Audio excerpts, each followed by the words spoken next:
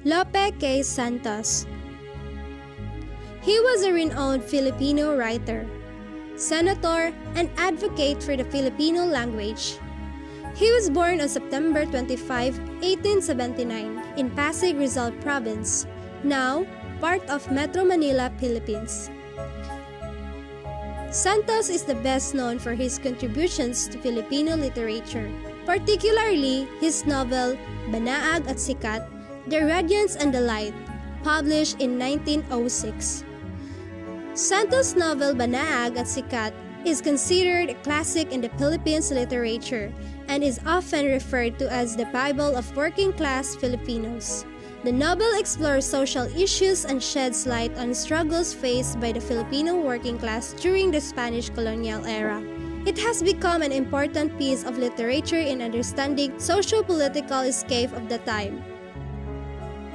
Aside from his literary achievements, Santos made significant contributions to the development of Filipino language. He played a crucial role in the standardization and codification of Tagalog grammar and orthography. His work Balarila and Wikang Pambansa, or Grammar of the National Language, is a comprehensive guide that helped establish a set of rules for the Filipino language. In addition to his literary and linguistic pursuits, Santos also served as a senator in the Philippine government. He used his positions to push reforms and advocate for the rights of the Filipino people. Lope K. Santos passed away on May 1, 1963, leaving behind a significant legacy in the Filipino literature and language.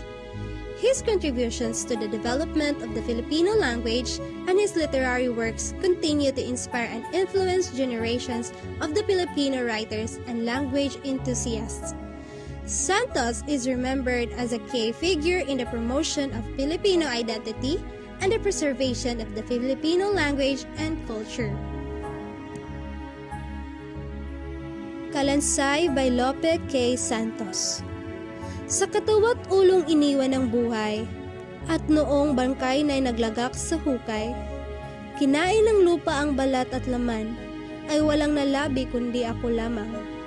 Kung baga sa bahay na buong natuklap, ang itip at dingding, ako ang balangkas. Lasug-lasug na lang ang yantok at lapat, wala ni litid, ni laman, ni ugat. Bungot buto akong sa pagkakabaoy, huling binawi ng mga panahon, kaya't slibingan kong ako'y mabunton, para lang sa lansang ng bato at kahoy. Nasaan ang aking datihang may-arit, sa tahanang hukay di na umuwi? Kung bumalik kaya ako'y mapili, sa buntunang ito't makilala uli? O palalong tao, halika, dumalaw sa anyo ko ngayon at magnilay-nilay.